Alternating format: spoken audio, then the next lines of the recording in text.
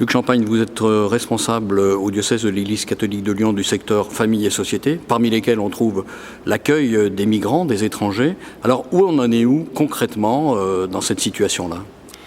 L'actualité, c'est 50 communautés et paroisses qui accueillent à peu près 270 personnes. Ça représente 70 familles. Donc, dans ces 50 lieux, il y a des équipes paroissiales ou des communautés qui essayent d'accompagner, non seulement d'accueillir, mais d'accompagner, ce qui veut dire qu'il y a un travail de fond à faire sur les problèmes administratifs, les problèmes de santé, mais aussi les questions d'emploi. Et c'est par le travail, nous semble-t-il, l'accès au travail que les gens pourront être intégrés et être régularisés. Parce que nous avons beaucoup de personnes qui viennent souvent des pays de l'Est, qui aujourd'hui même ne peuvent pas être régularisés. Et donc c'est par le travail, nous semble-t-il, dans un travail que nous menons avec les pouvoirs publics, que nous arriverons à intégrer ces personnes. Alors cette dynamique qui s'inscrit après l'appel du pape François il y a maintenant 1 an, est quelque chose qui se fonde aussi sur un travail plus ancien ici à Lyon. Tout à fait. Depuis 2 ans et demi, le diocèse, par le biais de ce service famille et société, et grâce au père Bruno-Marie Dufay et un certain nombre de gens, le travail sur les migrants s'est intensifié. Et nous avons été très au travail depuis 2 ans et demi sur cette question pour que ces personnes qui venaient des squats, en grande majorité, puissent être accueillies dans les paroisses. Alors aujourd'hui, il y a une actualité nouvelle, c'est la fermeture de Calais et la volonté gouvernementale de répartir des migrants sur l'ensemble du territoire. La région Rhône-Alpes va être concernée avec l'arrivée de 1800 migrants. Est-ce que les chrétiens, l'Église catholique, va y prendre sa part?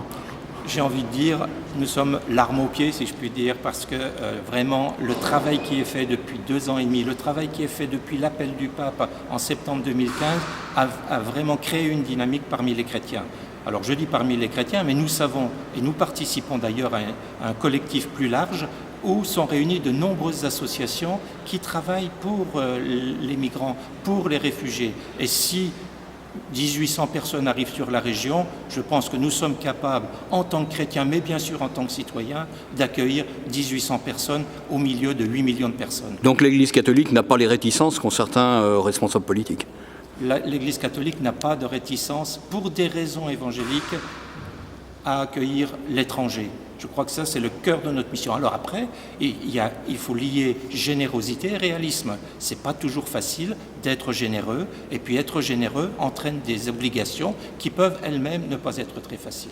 Est-ce que cet accueil de personnes de pays étrangers fait évoluer, fait bouger les communautés chrétiennes? Oui, tout à fait. Quand vous avez dans une communauté un groupe de personnes qui est plus attentive à une question, et ici la question de l'étranger, de l'accueil de l'étranger, il y a une dynamique dans les paroisses. Et de nombreuses paroisses ont une équipe, mais cette équipe peut compter sur l'ensemble des paroissiens pour des questions très pratiques que sont les dons d'argent ou de matériel, éventuellement la mise à disposition de logements. Je crois que cette dynamique, elle aide les chrétiens aussi à être vraiment des